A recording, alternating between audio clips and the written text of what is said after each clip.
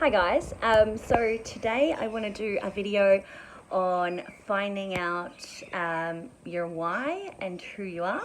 And I think that over a certain amount of time I've kind of done different exercises for myself and different reflections, and I've come up with a little list here on which will probably take you a little bit of time to do. For me, when I first got asked the question, who you are, I was like, who are you? I was like, I don't know. So I guess that was it's a huge question, isn't it? Who are you? Who are you? What makes up who you are?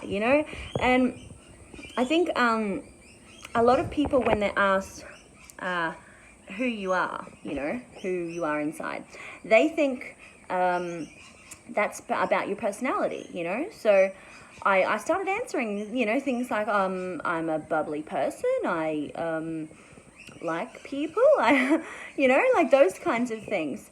And then it was referred back to me. No, that's not who you are.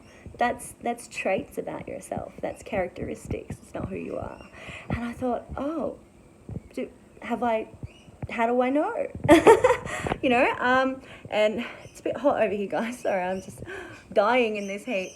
Okay, so I've compiled a little list. So we've got just 6 things initially. Now, I'd like you guys to write these words down with some space underneath, and you can do the exercise after we finish this video, or during, whichever, but you might want to listen to me instead. Okay, so we have passions, so things you're passionate about, things that drive you in your life, things that make you want to get out of bed in the morning, things that make you happy. Thoughts. So obviously, thoughts are a big one. We can say what we want on the outside, but on the inside, we've got all of this stuff going on, and it does drive our decisions and our actions, and it's a part of who we are. We've got actions. Clearly, actions are a big part of who we are, and a lot of people base everything we do on actions and not intentions. And sometimes our intentions are not what our actions match up with, which is, something that you probably might find if you feel guilty after doing something. You might think, oh, did that match up? Were my actions justified here? So actions, write down the things that you are currently doing. With the thoughts, write down what you're currently thinking, what kind of thought space you want to be in. So I think a 2 columns thing is probably a good one, or however you want to put it in your notebook. So actions, what you're currently doing, what you'd like to be doing, how you want to treat people, etc. What do your actions say about you?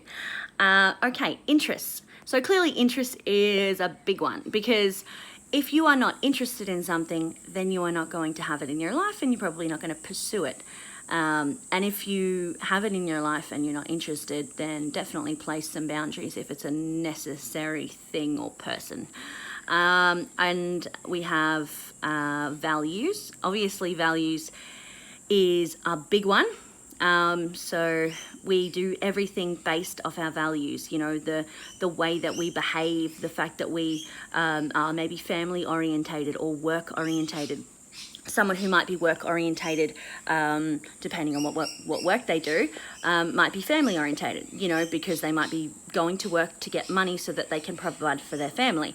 Or it may be that maybe they didn't have enough when they were growing up.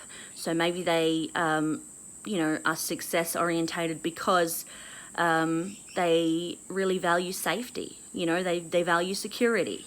So it's always a good one to have a look at kind of what you really value. If you don't really know what values are, go into the Our Journey to Mental Stability page, and in photos and albums there are values there. And there's also a category called Finding Your Why and Purpose, and all of those tie into finding out all of these things about who you are. Okay, and last one is beliefs. So clearly, if we have a belief that we're very, very passionate about, whether it be religious or spiritual, or even maybe a belief that the earth is flat. That means a lot to us. That makes up who we are and our identity as a person, and it drives our decisions. So, that's a big part of finding out who you are. So if you guys can kind of jot down a list and see what you've come up with, and that could potentially be a list of what you are now and what you would like to be. And that will give you a path on where you need to improve on, what's missing. Maybe you can look at all of the values that you hold dear and realize, I'm not acting out some of these values. When I behave in this way, then when I do this action, I'm not acting out this value. And that's why it feels really icky inside for me and uncomfortable, because it's conflicting. Sometimes we have two values. We might have honesty and loyalty and family.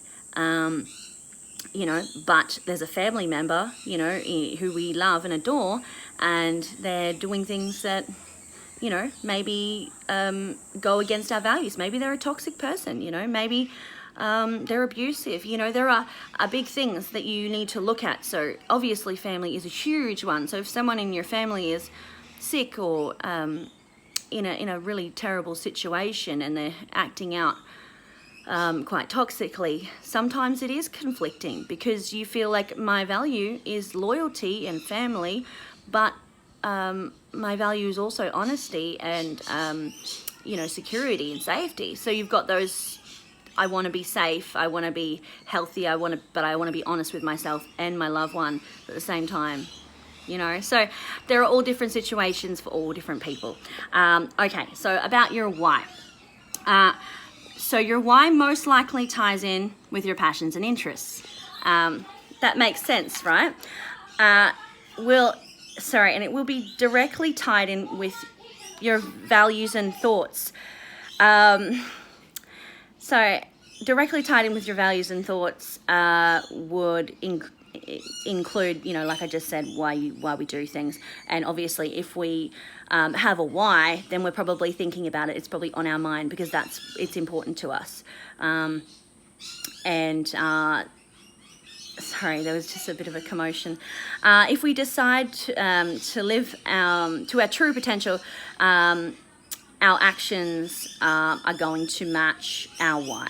But unfortunately, sometimes we're not always living up to our true potential, and sometimes it's just thoughts about this why, or it's our values that we have, that we want this thing, but we're not actually acting out anything towards that. Okay, so what I wanted to finish it with was a visualization exercise, 2 actually. So the first one is, I want you to ask yourself,